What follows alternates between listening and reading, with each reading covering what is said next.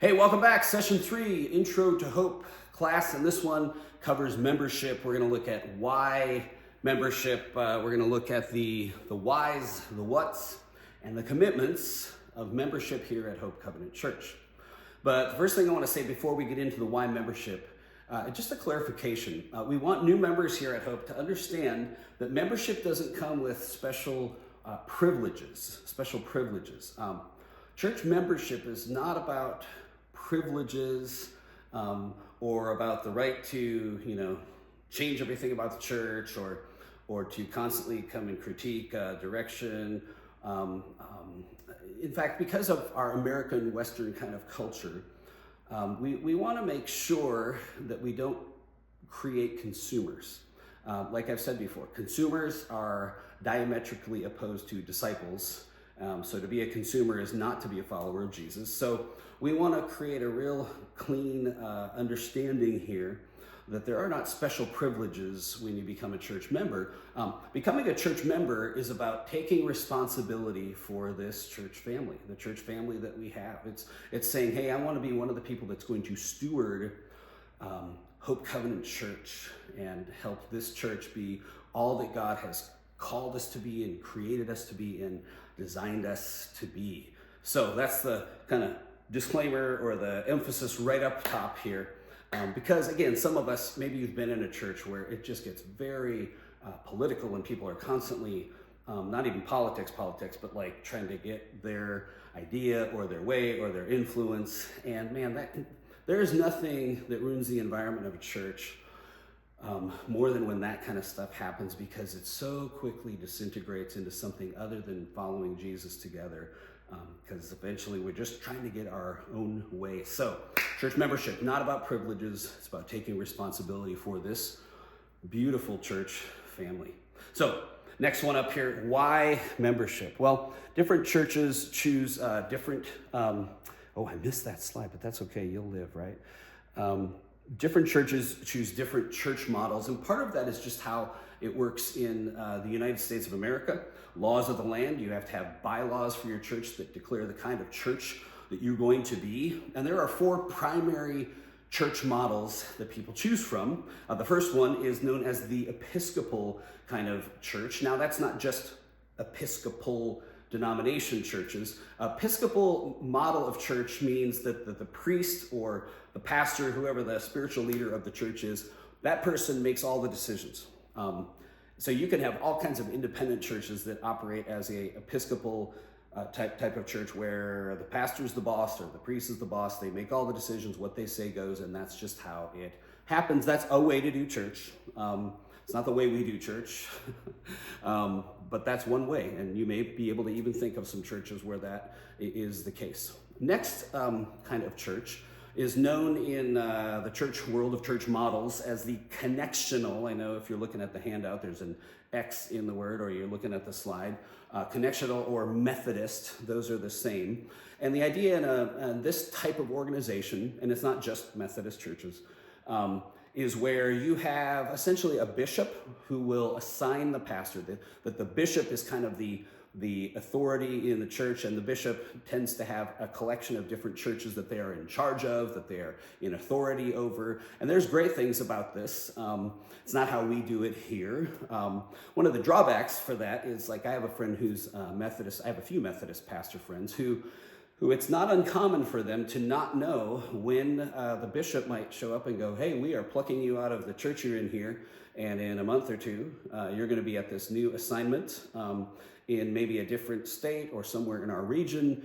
There's no kind of process to get to know people or see what the fit is. We're just trusting that the bishop is making a good call. And sometimes that works out great. And sometimes it makes life difficult for pastors. Back in the day, I believe in some Methodist churches, it was pretty common that you didn't stay more than 2 years in a church, which makes it really hard to build family and relationships. That's just the way they did it. Some of that is changing in some of those areas, but Methodist kind of church is where there's a bishop that assigns pastors and things like that. So third model is the Presbyterian model of churches. So in a Presbyterian model of churches, there's essentially a board of elders. There's lots of committees. and everything really gets run through the decisions that people are making. Now, the upside of this model here is that lots of people have input, lots of decisions, lots of things are going on. People can feel involved. It really distributes kind of the power to lots of different folks. It's a wonderful way to do church. But the downside of the Presbyterian type model is that it really can slow things down. It can take forever to actually get things happening because you're just dragging, because it's got to go through so many people. So that's one of the downsides. The fourth one, spoiler alert, that's what we are here at Hope. The fourth kind of model is the congregational model.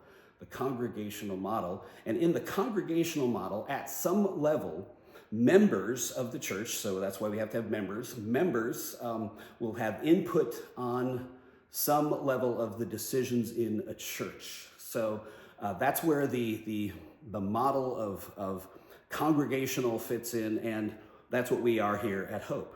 That's what we are here at Hope. We are a congregationally modeled church, which means, next slide here says, Hope's governance, the way we are organized, the way the bylaws work, the way we run our church, is that there is input invited from people who are official members. It's part of why we have to have an official membership process, is it's a part of the bylaws, it's a part of how we operate in the laws of the land as a congregational type church. Now, by the way, the other kinds of models, they all have very good, solid biblical reasons for doing it the way they do it. And I'm just glad that we do it the way that we do it here at Hope, where that we seek input from our members. So as a congregationally modeled church, we do seek that input.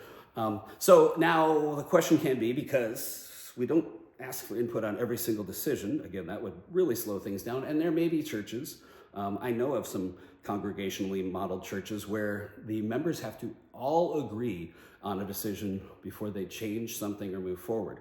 That's not how we do that here. We look for biblical ways to even when we disagree, to try to move forward in unity and learn that that's going to shape me even when I don't get my way, or if I have a different opinion, but I'm committed to this family, we're going to move forward in our church. We're not trying to get everybody to agree in order to move forward, but we are congregational. So here's how our governance, you can think of the way that we are organized as a church through these three different kind of tiers. I could have done a better job and drawn a circle or a triangle or something like that, but I'm not that good on the PowerPoint. So here's how it works. In our congregational governance, in our structure, we have pastors and staff.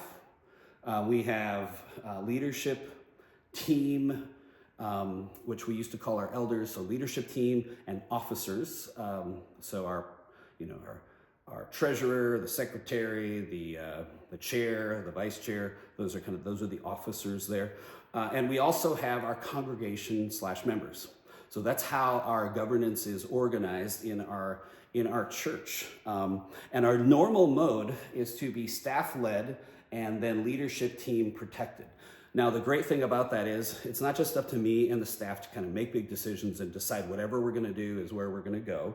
We seek input from our leadership team. They are there to protect. Even as we lead, we submit ourselves to them because we trust them and they trust us, and we figure out how to continue moving forward. So that's where the idea of that protection comes in. It's protective for our staff so we don't get way out there doing anything crazy. And it's also protective for our church because we aren't going to just go run off the rails and suddenly the church is in trouble because the staff has every decision with no checks or balances at all. So that's how we do that together, is we are staff-led, and the leadership team protects and guides and guards and helps us move along the way. So that's how those two roles meet right there. That's how they happen. So how about our members, our congregation, that level here? So as a congregationally organized church, our bylaws as a church require that specific major decisions must be voted on by our members. So not every decision is up for a vote, right? But specific major decisions which are listed in our bylaws, but they would be, for example, if we were to hire a new pastor or call a pastor, that would be a decision made by our membership. If I was going to be exiting, if the church decided they wanted me to leave, that would be a membership decision that would be up for a vote. Also, major decisions like when it's time to approve new leadership team members, we bring a committee, a team together. That whole team prays and looks through different folks and discerns, and we choose who we think God is speaking is the right person who has the leadership gift to serve at this time. We prayerfully enter into a process with that person, but the approval happens when we come to the rest of the church, who will then vote to approve or not that new leadership team member. Another one is our annual budget is submitted to our membership, and the approval happens through our annual meeting when the membership votes on approving that budget. Other specific major decisions would be like if we were going to buy land or purchase a new building, something like that. All of that would have to be taken by our leadership team and staff to our membership before we commit to any kind of big expense or debt or loans, anything like that. That's where we come to the members right there. So again, it's not that every little thing is up for a vote. Our pastors, our staff, our leadership team determine the course prayerfully that we believe God's taking our ministry as a church, and feedback is welcome, but we are really committed to avoid becoming a culture where there's lots of complaints or kind of politicking or campaigning to get someone's preference. That stuff's just not helpful. But that's how we move together. That's where it fits in as the members, as a part of our congregational structure of our church. So then, next topic here, what is the expectation for those who become members of Hope? And there's a list right here on the screen. I do have a handout. Hopefully you can go ahead and email me or the office, and we'll send you the handout for this if you want these notes, because that will be helpful to see these things in print and not just me talking them through. But the expectations, the things that we ask the Hope members to commit to are the following. Members of Hope, they are folks who have made a commitment of their life to Christ, that they're a follower of Jesus. The next thing is that they've been baptized. And again, in the Cove, you can be baptized as a baby, you can be baptized as an adult, you can do both. We just ask that you've been baptized in a Bible-believing Christian church. So if you've been baptized in something that might be considered a cult for your own sake, you might want to seek baptism. But we're not going to hold people up and critique their choice on baptism. All we ask is that you have been baptized and that you follow Jesus. Next part, we ask our members to commit to harmony, and specifically harmony on matters of faith and practice or theology. And part of what we're saying when we talk about that is that we're asking our members, hey, listen, just commit that you're not going to be argumentative or divisive. You're not going to take up specific, pet doctrinal issues, especially issues that mature believers see differently on. You're not going to go, hey, no, my issue is whatever, the rapture, or that everybody must speak in tongues, or that no one can speak in tongues. You're not going to take up an issue like that and start to be divisive in our church and bring that. Listen, conversation is welcome. Questions are welcome. You can articulate your thoughts and your belief, but to do that in a way that invites harmony and doesn't promote division is what we ask. Because again, these are places where churches get just split apart, and we don't want to do that. Which leads to the next thing. We ask our members to commit to unity, to promoting unity, to protecting unity in our church. And part of the way that you can do that is to pray for, like our elders, for our staff, our pastors, to pray for one another helps promote and protect unity in our church. It also means we're asking you to commit, and this is important, we're asking you to commit to addressing conflict in a biblical manner, because conflict is one of the things that can quickly destroy a church. So we're saying, hey, as members, you're making a conscious commitment here, not to gossip about other people, but to be someone who promotes respect and honor for one another. Again, as members, that's part of taking responsibility for the environment of our church family. And so Our members commit to that right there. And very rarely do we have to go to somebody and go, hey, you remember you made this commitment? Because it's just it's such a beautiful church that we belong to. But we also want to consciously say, hey, we've made agreements on how we're going to do this stuff together if we ever need to come back and revisit this. And then the last thing here is a commitment of your time, talent, and treasure. Of your time, of your talent, and your treasure. And so I want to unpack that just a little bit. So by time and talent, what's funny is I've made like a pretty long sermon series out of those three things, right? So I'm giving you just a snapshot here. So time and talent, you could summarize committing your time and talent means that you show up, like your time. You're going to take time to be there. You're regularly present when we worship together. To commit to sharing your talent would be, find your gift and your call of God on your life, and then commit to sharing it by finding ways to serve. But I also, even as I say that, I also want to remind folks that by serving, we want people to operate in their gifts, but we also come together remembering that we're a family. And sometimes in a family, you just go, hey, there's this thing that needs to get done. And so, I see a need. I could meet that need. I might not have the spiritual gift of making coffee. I've never seen that one on a test. But there's 4, 5, 6 somebodies in our church that rotate doing that weekly as a way of practicing hospitality.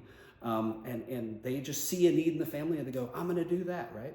Some of you have heard me talk about, in our family, my job is peeling potatoes. So if we're coming for Thanksgiving meal or Christmas dinner, Doug, you're the potato peeler, right? And I never show up and go, hey, listen, I'm a pastor, I'm a leader. You know what? I don't have the gift of peeling potatoes.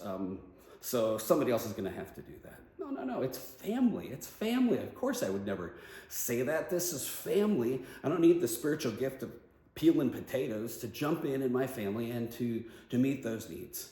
And so as a family member here at Hope, you probably want to look around and go, hey, there's some places where, it'd be great if I could help out, or you see a need and you're willing to meet it and step in. And we don't ask folks to commit in ways that are going to burn them out. That's definitely not our culture at all. We try to be very careful about that. People can take breaks. Sometimes stuff gets left undone, and that's okay. But we're asking folks to share their time and their talent in those ways, to just serve at the family. So the big statement there, time and talent, we members of Hope. So if you decide to move forward, you're making a commitment to find a place to serve. You're going to find a place, members of Hope commit to serving. And then the treasure piece right there, what we're talking about there is tithing, about giving, we're talking about generosity. And so members of Hope commit to tithe and to practice generosity. Now, I have a sermon that I did you can find it on the website, on the Hope website under sermons. If you go to, I believe it's November of 2024. And I don't even go that deep into like a big giant description on tithing, but it can be helpful for folks, especially if you've got some baggage around tithing, because we don't approach anything with legalism here. That's just not our way. So if you're wondering more about that invitation we make to people to tithe, that message might be helpful, and I'm not going to rehash it here because we're almost done. We're almost wrapped up with this session right here. But we ask folks to, if you're going to be a member, part of taking responsibility for our church family is to make a commitment between you and the Lord to tithe. Now listen, nobody's going to come check. I never go and look and see who's given. I make it a practice. I don't want to know who gives or who gives how much. I want to be free of that trying to influence me when I make decisions about what to do or not to do or who to have do what. So I don't go look at the giving. I don't go look at the tithing. But we do ask our members to commit to that. And somebody pointed out to me when I first started here, I thought, wow, that's interesting. Makes sense to me that you would do that. But, what do you think about that whole piece there that I was asking somebody? And they said, part of what makes sense, part of what makes sense is if we're asking the members of Hope to be the ones that are voting to, take care of a new pastoral family, if we add new staff and we vote them in, financial part of that, right? And the financial decision of our annual budget, or the financial decisions around a building that we would be approving or building, stuff like that. Wouldn't it make sense to make sure that they are not just coming and voting about the money that everybody else puts in, but they're also invested financially in the church? Doesn't it make sense, they said, to have folks who give be the folks who are the ones helping the family make those big decisions? And to me, that made a lot of sense. And so that's a part of why members of Hope, we're asking you to commit to tithe and practice generosity. All right, so last part here is what's next? Next steps to membership, real quick. You would fill out the membership questionnaire. You can get that by emailing me if you haven't already gotten it. And once you have prayerfully thought about or prayed through the commitments that I just went through in terms of the things we're asking Hope members to commit to, once you've prayed through that and you're ready to say yes, you fill out that membership application. We'll have you meet with some of our leadership team members or some of our staff. It could be me or Heidi. We just want to hear part of your story. We want to hear and this is not a quiz. It's not an exam. You're not going before, an inquisition. It's simply a come together and just hear maybe part of your story of what drew you to Jesus. Maybe you have something in your history where you're like, hey, here's how I came to Christ, and you want to tell us that story, or you had some kind of awakening in your spiritual walk. We just love hearing those kinds of stories, and this opportunity to do that with our new members, our incoming members, is something that our leadership team and our staff really, really treasures. So, you could even think about, like, if you want to think it through, like you could say, all right, what would be a 2 to 5 minute version of like how I came to faith? That would be the big story that you might even think about how you're going to tell. And again, you're sitting around a table with some other folks who are conversationally going to share their stories as well. So that's that part of it. You'll have that meeting. And then from there, what happens next is at our annual meeting, which is usually the first Sunday in February, at that annual meeting, the whole group of new members will be voted in together at the annual meeting. It's the first thing we do, actually, because then those same new members can vote on, the upcoming budget or any other major items that are being discussed. So that's the process. We want to celebrate with you. That's how membership works. And if you have any questions, you can connect with me or somebody on our leadership team, and you can get their names on our website at hopecov.com. You can look for our leadership team that way. You can ask any questions of us. We'd be happy to come alongside you, answer questions you have, concerns you might have, or just hear stories of what God's been doing in your life. So thanks for your interest in Hope Covenant Church. It means a lot to me. It means a lot to my wife. It means a lot to our staff and our leadership team that God keeps bringing new folks through the doors who are looking for a family that's a family of grace, where anyone can find and follow Jesus. And we're glad you found your way to this church family. God bless.